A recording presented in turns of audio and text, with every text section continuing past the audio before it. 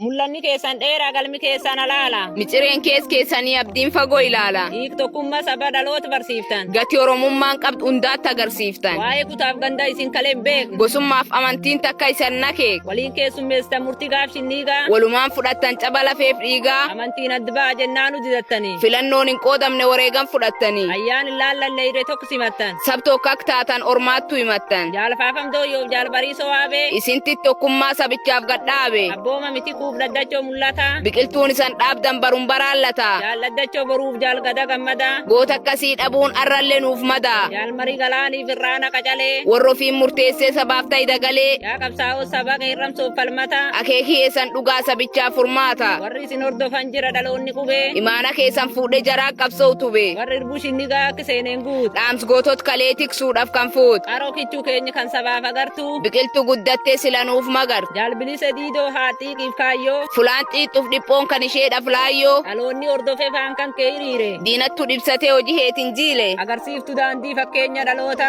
Sabaaf wareegamuun taatullee regoota. Gorsaaf dhaamsa kee baadhannee adeemna. Akeekaaf kaayoo kennullee ni akeekna. Jaale jersoon faan galfatu nutti dhiisan. Galmaan gaatanii fula dhugaa ciisan. Goota akka jaalmoyii kan lolchiisee lol. Dhuunfattoo seenaa war maqaa nu tol. Abbam nu furgaatuu jaalboruu gurmeessaa. Qaxalee akka jaalittisaa hin baddannu keessa. Icha akka jaal tokkichoo jabaa akka jaal daraaraa. Injirtan gaaf jedhan garaan konaara. Jaalfalmattu waaqoo tiksee irbuuf waadaa. Laala keessan qabaaf dhukkubsadhee aada. Duutan nuti hin jennu seena keessan beekna. Kanaaf daandii keessan qabannee irra deemna. Dawoof golga keenya qacineef murteessa. Waa'ee labdatamoo qaanqee lol keessaa. Ilmaaf niitiin jenne sabaaf baatan mana. Ayyootu wirtuu qabsoo jaal waaqoof kana. Yaa miltoowwan akka jaal haroof seekoo. Laalan nutti humtan nu miidhera keessoo. Hayyuu akka jaal kamaali kan jechi rasaasa. Sabartiin dammaqseen beenne asaasa. Jaal biyyaaf daandii jaala damsaaf seenaa. Isan yaadan malee akkamiin isan deenaa. Latarmaan isaanii hooteen bahin dharraa. Amaanu'eeliif daangaa galgaloof carraa. Kan duuti isaaniiyyuu magaala walakkaa. Soda roorri isaatiif iwwatu waanne takka. Magaal keessa diinni rasaasumaan waadde. Adiyyoof jaalbattee sareen maqiin nyaatte. Jaba boba diinaa didate harka laachuu. Yaa'is funaanu jibbiraan mofraq nyaachuu. Aayyoon haadhi goota deesseen kabajaaf mal. Kuulanii hawaasii jabduun jabadhal. Sabab ilmaaf buusan boolli mana hidhaa. Ajjeefamuun isiin nutti dhiifte didhaa. Aab dabbasa guyyoo kanas buute dhabne. Du'isaa hin beenneef jibbaachuu dadhabne. Jaalladhi gammadaaf jireenya ayyaana. Soqne barbaadannee hin arganne faana. Waa'een keenya sila dubbatamen dhumu. Irraa qeences malee danda'eeyyuu himu. Hammuraasa waamee waraqaa barreesse. Jira galmeen seenaa kan hunda tarreesse. Eenyummaa Oromoo jarkeessaan ilaalla. Kanaaf xurree isaanii cirre baasuuf yaalla. Jarri nuuf akeektu kan kaayyoo ganama. Kanaaf gooti jedhuun kagamaaf gamanaa. Laafti abdiin kunne rakkoon isaan daarse. Kaayoof amanamtee arsee nan faarse. Uljenne ittiin boonna'ee ittiin dhaadanna. Guyyaa heessan kabajannee baraan isan yaadanna. Qopheessitooti walaloo. Gurraatti golboof galma Oromoo. Yaadannoo guyyaa gootota Oromoo eebla 15 himnuuf haa ta'u.